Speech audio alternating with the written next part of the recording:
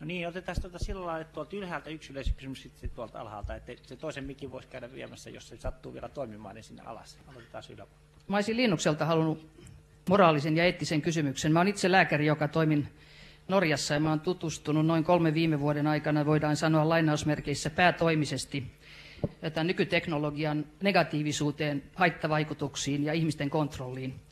Ja sinä hyvin kiertäen ja kaartaen kerroit tässä alussa, huomasin mielenkiinnolla, et mennyt asiaan, mutta kuitenkin kerroit, meillä on tämä teknologia, meillä on radioaallot, meillä on mikroaallot, me voimme kontrolloida ketä tahansa, milloin tahansa tällä teknologialla. Lääkärinä minä olen hyvin huolestunut siitä, että 50-60-luvulla jo lukemini raporttien mukaan, niin Amerikassa 3 miljoonaa ihmistä implantoitiin, eli pantiin pieni mikrosiru aivoihin. Tänä päivänä näitä on joka paikassa, ja esimerkiksi Olof Palme vuonna 1973 antoi luvan kaikkien vankien implantointiin Ruotsissa. Vuonna 1985 Jan Friese, Datainspektionin pääjohtaja, kertoi, että vanhainkotien asukkaat Ruotsissa on implantoitu. Se tarkoittaa silloin sitä, että kun esimerkiksi astronautit kaikki implantoitiin, niin heidän ajatuksensa, heidän tunteensa, kaikki heidän motoriikkansa tuli tietokoneen särmille sitten esimerkiksi Houstoniin tai jonnekin muualle maaplaneetalle.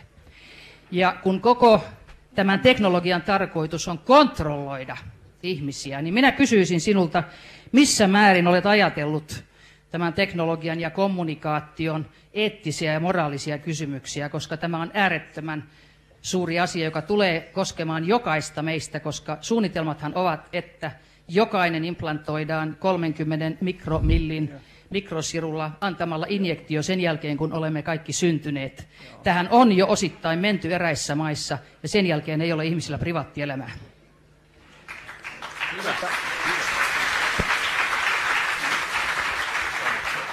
Niin, Linus, minä kyllä rajaisin ehkä sen vastauksen siihen. Tähän on ihan varmasti kiinnostavaa vastata, ja tähän varmasti haluaa moni muukin vastata. Ja menihän se vähän ufoksi, mutta toisaalta pitää kyllä sanoa, että mä en ole koskaan ollut sitä mieltä, ja mä luulen, että sä oot täysin väärässä, että teknologia lisää kontrollia. Se on ihan selvää, että teknologia on edesauttanut, varsinkin viime vuosina, ihmisten omaa mahdollisuutta tehdä mitä he haluavat, ihan niin kuin yksilötasolla.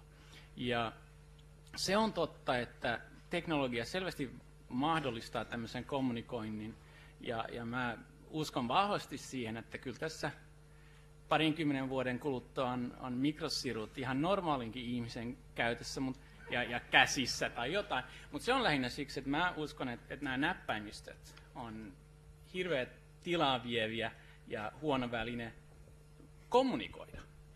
Ja mä uskon, että mä haluan kommunikoida ihmisten kanssa toisen menetelmän kautta. Ja ehkä joku implantointi olisi itse asiassa hyväkin tapa tehdä tämä.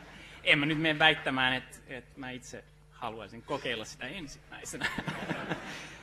Mä voin todeta, että suomalainen Eversti sanoi viime viikolla, että hän kieltäytyi mikrosirusta.